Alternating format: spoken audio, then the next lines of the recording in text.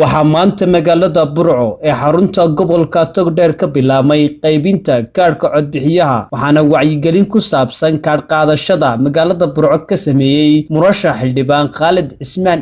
Khaalid Bureed oo u sharaxan golaha wakiilada ee gobolka Togdheer wacyigelinta iyo indhayntaas kadib waxa uu xildhibaanku bulshada ku dhaqan gobolka Togdheer ku wacyigeliyay inay qaataan kaadhka codbixiyaha isagoona tilmaamay muhiimadda ay leedahay kaadh qaadashada arigan halkan maanta u taaganahay waa wacyigelin guud oo gobolka Togdheer sida la socdaan kulli dad badan la socdo waxa maanta bilaabantay kaadhkii komishanka qaranka ee lagu codeynayay maanta 13 May kaadhkaas wuxuu soconayaa 3 cisho muddo 3 shaaw soconaya waxa loo baahan yahay in lagu baraarugsanaado oo kaadhka la soo qaato cidii aan haysan cidii waraaqaha gashay ee soo qaado kaadhkaas xarumahan tagnay waxay u muuqdaan meelo cidla oo aan dadkii ku baraarugsaneen oo aan dad badan joogin waxaan ku baraarujinaynaa dadku inay kaadhkaas soo qaataan kaadhkaas waad ka ugu codeynaysay kii aad jecleed aad ugu codeynaysay kii aad necbeedna kaga reebaysay meesha caam ahaanna gobolkan ayaan jecel lahay inay ogaadaan arrintaas oo lagu baraarugsanaado waa arrin noo taala ciddii ka shaqayn karta wacyigelin ka samayn karta waxgarada ciddii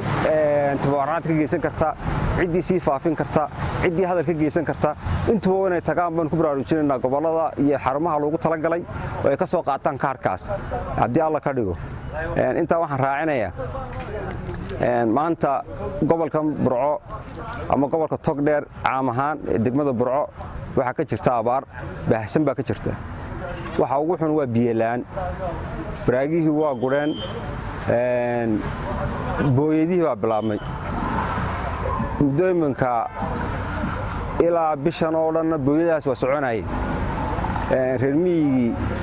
iminka intii u dambeysay bay wadaan waxaan jecel lahay dadkii muxsiniinta ay ka qayb qaadan jiray arrimahaas inay ka qayb qaataan oo biyahaas dadka la taakuleeyo ama dawladda ahaad ama shacab ahaad ama waxgarad ahaad ama ganacsada ahaad ciddii taakuleen karta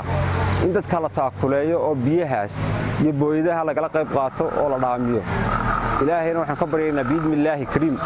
in ilaahay naga soo jabiyo abaartaas ayaan le Cabdullaahi Jaamac warbaahinta SBC magaalada Burco.